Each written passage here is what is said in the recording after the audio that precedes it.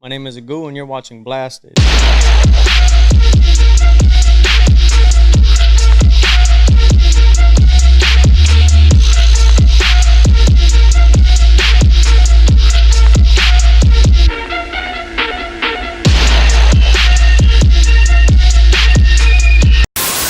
I grew up right there in like the east side of LA, so like Sereno area. I went to Alhambra High for like 2 years, and then got kicked out, and then went to like a continuation school, adult school, right there in like Lincoln Heights area. I mean, for the most part, I was cool. My parents had kind of separated in like the teenage years a little bit, so I kind of got more out in the streets and started fucking around with the homies and doing dumb shit. So I mean, other than that, I mean, I was cool. Never got into really big trouble. After high school, I ended up going to PCC for a little bit. I was there doing my GEs for engineering and technology. So I wanted to be a civil engineer for the state. That was like one goal that I had, and fucking got put in through some obstacles and never, got to finish that. My older sister, her stepdad, he was a civil engineer for the for Caltrans. The bread that he was making, man, that shit was fucking crazy. So I was just like, oh shit, like I like drawing, I like graphic designing, shit like that. So I might as well get into something where I can, do. Oh damn! After that, fucking, I got into one of my boys, well, a buddy that I was cool with. He ended up hooking me up with like a restoration company, kind of. So I got into doing like demolition. And I stood there for maybe about like a year, 2 years doing that. It was cool, but it wasn't something that I wanted to do fucking for the rest of my life. So then after that, yeah, I stood there, started working at Albertsons. After Albertsons, fucking started working at a hand car wash. That dude took really good care of me, and then it kind of just went from there. Yeah, basic jobs and shit like that. It started with drawing first. I picked up a pencil when I was 20, so about 5 years ago, and it came random. Like I had a close homegirl who hit me up asking how I was doing, and I was pretty down bad. She sent me a picture of her, and I fucking drew it, and I didn't like it, and she did. So that cycle kept going, and it kept going. So then like I had close homies who were hitting me up for portraits. Hey, draw this, draw that, and I just kept doing it. Kind of just stuck with it every day, and I was jobless. Let me throw that in there too. I had no job, no nothing. I was stuck in my room with a pencil. I did take an art class like fucking high school as an elective. Bullshit drawings, of course, basic fundamentals, shading, lining, all kinds of shit like that. And then in college, I took another art class, and that was pretty much the basic fundamentals again for my GEs. And then from there, yeah, just. So it was kind of cool. I did like it at first, but it wasn't really all that, to me at the time. So I had a my cousin who was working at a known shop in LA called Under the Gun. He noticed my drawings a little bit. So he was just like, hey, fool, come to the shop, come kick it over here, introduce it to some of the homies, shit like that. And I was so discouraged because those artists are big names in that shop. So I was like, man, fuck that. Like, I'm not gonna take my shit over there. So I went, kicked it, met everybody. They were cool as fuck, very welcoming and everything. And then there was one artist in there that stuck out to me and kind of motivated me more to keep drawing and doing it every day and to start tatting. I didn't want to start tatting at all. I wanted nothing to do with that shit. I'm fucking that shit's permanent. That shit's on your skin fucking forever. You fuck up, you can't erase that shit unless you get it lasered and pay. You know. So then after that, like I had close homies who were just like who would hitting me up, consistently like, hey, fool, start tatting. Like, come on, fool, I got my legs for you. Like, you can practice on me, this and that. And I'm just in my head, I'm like, fool, that ain't the same shit as drawing. Like, what are you doing? So it kind of just went from there. Yeah, and because like I wasn't working or nothing still, my dad was on my ass about getting a job. I was still in my room drawing. And there was only one homie who kind of looked out for me at the time because I helped him out in the past. So he wanted to return the favor, and he gave me the cash to go get all my tattoo stuff. The homie Gabriel, shout out to that fool. And he told me, he was just like, look, like I want to see you do good, stay off the streets, just stay away from everybody, stay away from all the drama. So that stuck with me too for a while, and then I just kind of kept going. Nah, I never took an apprenticeship. Yeah, never. I went straight into tatting my homies. I had a warehouse job, and from that warehouse job, I quit. And that same week I quit is the same week I put roses on all my homies. My legs. I gave myself my first tattoo at 21. Like my legs are done. The homie's kneecap, I did a rose on him. But it was every day I had a homie hitting me up for something because you know, it that I guess that played a big role of me being cool with a lot of people because I had, you know, like a good support system behind me rooting for me, you know. They didn't want to see me fail, so that pushed me a lot more. So when it came to like knowledge and everything, it was the homie Gunner. At the time he was a homie, you know, he wasn't my boss or nothing, you know, but he was always giving me tips and tricks. And then when I would leave the shop, I would hit up the homie, hey fool, like let me put a rose on you, let me fucking do a portrait, let me do this, let me do that, you know, to try and remember what he was telling me and how to do it. So that helped me out a lot. And because I was still wasn't working, I had nothing else to do, I had that freedom to tat whenever and whoever I wanted, you know? So that was the cool part. Yeah, this is my first shot. Before this, I was doing house calls for about a year. And then after the house calls and everything, that's when Gunner opened up this spot and I was one of the first artists in here. Shit, my first client, right? My first fucking client was one of the homies, Ricardo Jr. He caught me at Albertsons. He's like, "What's up, my boy? Like, hey, fool, you started tagging this and now your drawings are sick, bro. Like, what's up? How can I book an appointment?" And I was so starstruck where I was just like, "Hey, fool, like, I didn't know how much to charge you, dog. Like, just give me like $50 for gas, you know. Like, I'll pull up to your pad on trip." And yeah, dude, I remember sitting in my room, and my room was really fucking small, like super small, right? So I had it set up to where he's sitting on a computer chair, I guess, and then I was on the floor, and his box was sitting on top of a speaker box that I had in my room. His leg was. So like that, I tatted his leg on the floor while he was playing my Xbox, and my dad fucking was in his room watching TV, you know. So the machine was quiet. Luckily, you know, I got into the industry where I didn't have to run a coil, none of that, you know. But I was still taught how to use them and work them and stuff. But yeah, that fucking man, those house calls were crazy.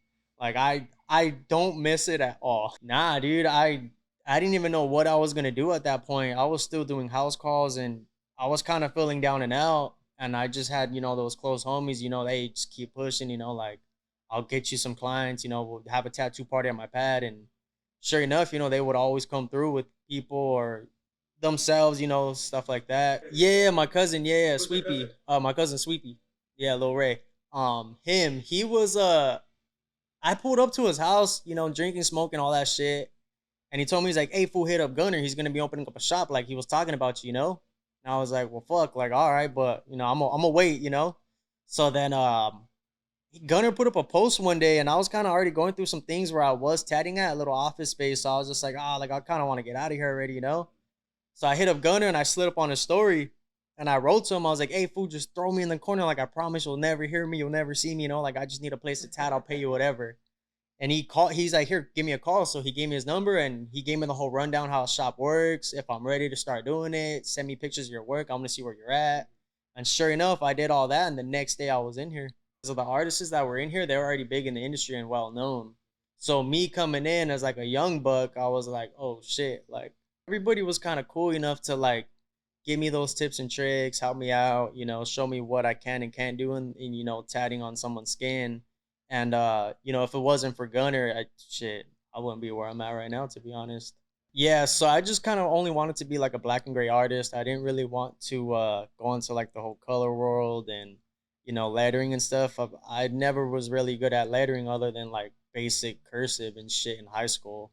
Um, Color work, nah, because then I gotta learn like the color cycle and the color wheel and all that. So I was like, nah, I'm good. So we got two artists recently in here. That was the same kind of question they had asked me was you know, like, hey, how can I do this better? Or what can I do better to perfect my work? You know, I was like, go home every night and look at your shit. Stare at it, notice all your flaws, notice everything. That's one thing that I still do till this day is I go home every night and I look at all my work and I pinpoint all the shit that I could have done better on that tat. The client might not notice that, but I can notice it because I'm staring at it up close as fuck now, you know? So that's one thing that helped me out a lot and just drawing a lot, dude. As far as like educating myself, I kind of just, you know, I listen to all the knowledge that the older people have, you know, the older generation, and I pick their brains about why they do certain things that they do and stuff like that. And you know, I try and put it to my use, but give it like my own kind of flow and style, just so I'm not taking what they, I'm not really taking what gave them like how do I say it? Like it took them so many years to pass them down, you know, pass that knowledge down to me. So it's kind of like, you know, I can't really use what they gave me. I got to put it to my own use, kind of, I guess. Right now I'm going on 4 years this year. Yeah, I move pretty fast. I don't like taking breaks when I tat. I'll eat a good breakfast in the morning and then it'll last me until about 7 o'clock, in the night. So I'm good all day. Unless my client wants to take a break or eat or something, then I'm down. It's up to them. But yeah, I feel like the longer you take breaks on the client's skin, the more that shit's gonna fucking hurt. And when I get tatted, I fucking never want to take breaks. I just want them to run through that shit. You can try, but you can't blow my high. It's death with the buzz killer off in the mud. They found his body. All that's left is the history in the shell of the soul who gambled his fate. That's just what happens when you fuck around with them evil things. It's something in your bones. I know it exists. Some common sense might get you back from the bottom of the pit. So I left you low. All it takes is a simple second to crash into the wall. So I suggest you take it slow. Get the hell up out the road. Some more styles. I guess you could say more like payasas and like stuff having to do with girls' faces still. Because when I did get into the industry, I was only drawing portraits. So me drawing portraits, I was just like, damn, like I only want to do portraits as a tattoo artist, but realistically, that shit ain't gonna happen. Everybody wants a dove and some roses and a fucking statue, these days. So it was, but as far as that, yeah, I want to get more into like large scale back pieces, full 1 day sittings, stuff like that.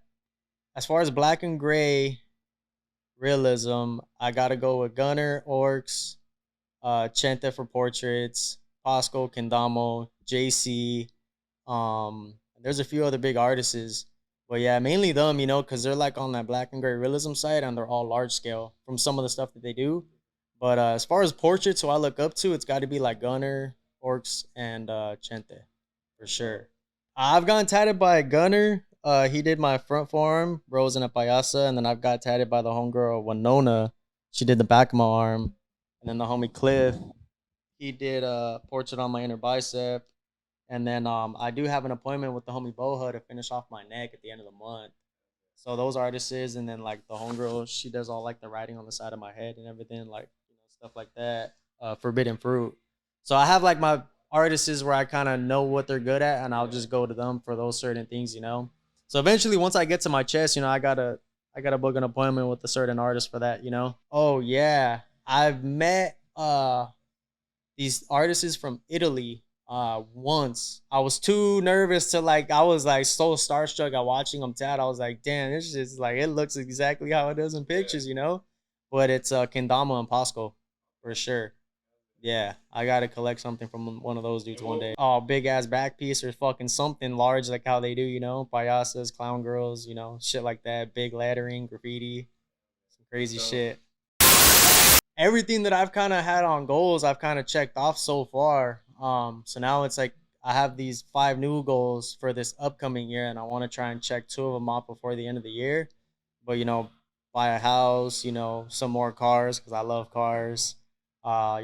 Couple assets to put away for my son when he gets older, stuff like that.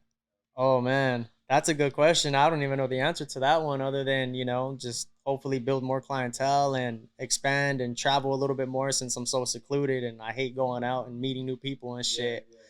So try and break the ice on that and, get into some different shops, guest spot with them, learn, pick up new tips and tricks and stuff. Yeah, because everybody has their own style of doing something, so it's cool to like meet somebody and you're like, oh shit, like I didn't know I could do that. Like fuck it, I'm gonna go try it on my client now, or something like that. Yeah, I start from the bottom up. That's only because I mean, if you wipe down, I wipe down. So if I start from the top and I wipe down, my stencil is gonna be gone halfway through that attack. So it's like I'd rather start from the bottom up and then like wipe it real good towards the end and then boom, hit it with the white, finish it off with a picture.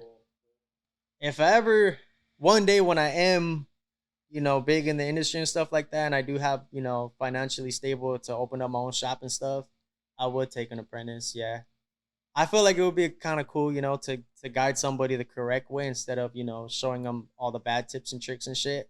Just give them all the good ones and fucking have them run with it. I feel like when you hold knowledge back, it's kind of like, what are you gonna do when you die? Like, stuff like that. Ooh, some of the don't do's. Hit us up consistently asking for a fucking apprenticeship. Like, don't keep DMing us, hitting us up. Like, just pull up to the shop, show us your fucking work if you're a fucking draw, you know, shit like that. You might get a spot. But yeah, don't fucking keep hitting us up for fucking questions and answers you ain't gonna get because we don't fucking know you.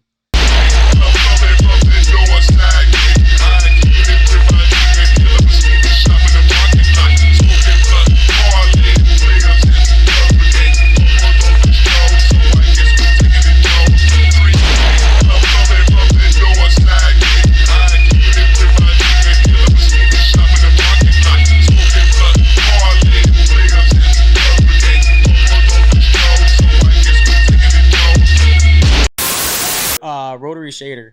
So it's Bishop. And then yeah, I run that 8.5, 8.7, depending what I'm doing. I line everything with 8.5. The setup that I used today was 15 flat, 17 flat, 9 flat, and then I ran a 5-round liner for the white and then a 3-round for like the lining throughout the piece. Right now, Da Vinci and Quadrant. I started off with Cheyenne bug pin curve, and it was cool. But then fucking Boha came into the shop and was just like, "Oh yeah, if I run flats," I was like, "All right, well let me try flats out," you know. And then I kind of just got hooked on flats. So yeah, because of him, now I'm like only using flats and Quadrant and fucking Da Vinci. Yeah, Allegory Ultra Black. Yeah, I'm running that right now. I've been running that for a while. Fucking Gunner, he did a piece on some dude's inner bicep, and that shit came black, like super black when it was healed. After like 3 months, I was like, oh yeah, I'm running that. Yeah, I feel like it's just the way you shade and how you shade and stuff like that. It's not even really like the packing in there. It's just kind of how you shade, Like I like going dark on all my work, using the enough amount of grays that I could use, just to try and match a photo, but not really match it too much, just because I want to give it my own flow and my own style from what I've learned from other artists. I was running a Kevin Riley shader in the beginning of tattooing because I was like one of the first machines that Orcs had passed me down, and man, that shader hit like a motherfucker. So it would be cool to go back to coils to run those a little bit, but I mean, I got a fucked up pinky, so I can't really run that. Yeah, it's kind of hard on my hand a little bit. Gunner, for sure him, for sure him. He's he in the beginning, like that phone call that me and him had, he had pretty much told me everything what I'm capable of doing, and I kind of like got it stuck in my head like, damn, I want what he has. I want watches, I want fucking money, I want, the clothes, the all the designer shit.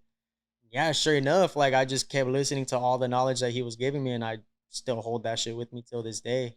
And if it wasn't for him, shit, I wouldn't be in this shop either. So right now I have a work phone, so you could text 323-382 3151 or 5131, some shit like that. Yeah, so it's on my Instagram page. Usually Instagram direct messages, but I low key been kind of avoiding them just a little bit and just having them sending it to my work phone. It's kind of easier. I don't have access to my work phone, so whoever's booking my appointments right now, they're taking care of that for me. Yeah, there was back in, I want to say June, I was booking for July and August, and I wasn't really getting no messages for some reason. So I was like, what the fuck? It was slow. Like July, I think I only worked like 11 days maybe. Yeah, it wasn't even like a slow month. It's just, I had enough put away to pay all my bills and shit, but it was weird for me because I'm used to being in here 6, 7 days a week. So like coming in only 2, 3 days out of the week was like, fuck, I want to go back to work, I don't want to be home. But yeah, I guess Instagram just was weird, and I updated the app, and all my messages were sitting in like hidden requests or some shit. So I clicked it, and I was like fucking 70 plus messages. So I sent them all the work phone number, like hit this number, hit it up, hit it up. Now like August for the next 2 weeks, I'm fucking double booked. September, the first 2 weeks of that's already double booked, and then the last 2 weeks I'm gonna take it easy and just knock out one appointment a day. Yeah, so it's picking up again. What I need from the client is pretty much just text me your name, your phone number, what's the best time to reach you at, the placement of the tattoo, where you want it, how you want it. Don't ever tell me how big you want it because I'm gonna go as big as I see your skin that's open. Yeah, I do big pieces, and if your whole forearm's open and you only want half of it, I'm doing the whole fucking thing. Yeah, I'll rock the whole shit for a good price all day.